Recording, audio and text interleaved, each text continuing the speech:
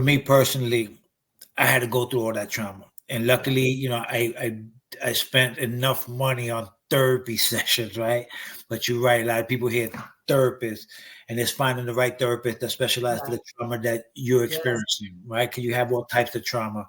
You Right. have childhood trauma, you have physical trauma, you have emotional trauma, you have, relationship traumas, you have trust trauma. There's so many types of trauma.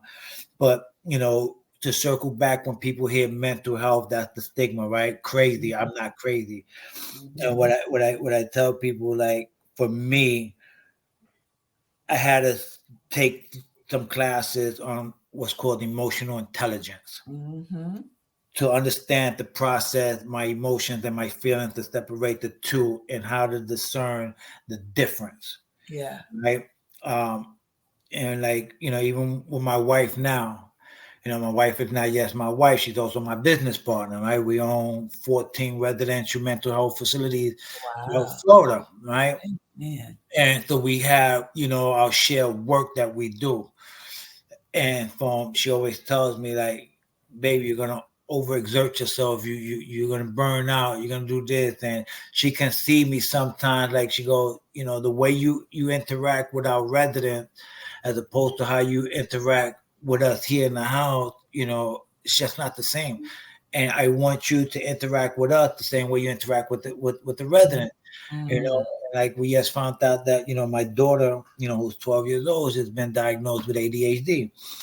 And sometimes I'll get pretty short tempered sometimes, right? And she go, but you don't get short tempered with the residents. And we're talking about residents with schizophrenia, schizoaffective, bipolar, ADHD, major depressive disorder, PTSD, all of this stuff, right? And I can get a psychotic resident jump in my face, and I know how to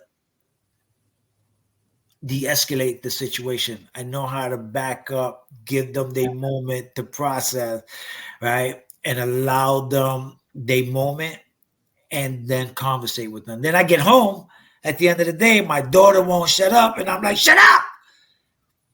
And my wife go, babe, like, Yeah. you understand, it's her brain, right? And so when I tell people, there's nothing wrong with seeking therapy. We all have traumas being locked up. There's no way that as a human being, it's just a human emotional intelligence. Yeah. If you go from living in a free world to doing certain things, then regardless of what age you get locked up, having to going through that system of getting locked up, being taken away from your family, from your situation, having to get stripped butt naked in front of another man, Yeah. right?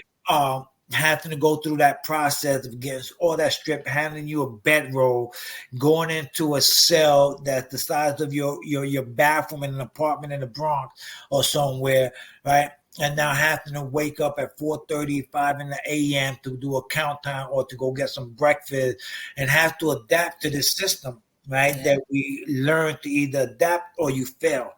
Mhm. And the longer you do in prison, the more your body and your mind become acceptable to living into a lifestyle of adapting into prison. So now to come home after doing so many years, I tell people all the time, it's nothing wrong with checking your emotions, Yeah. validating your feelings, and conversating with your loved one.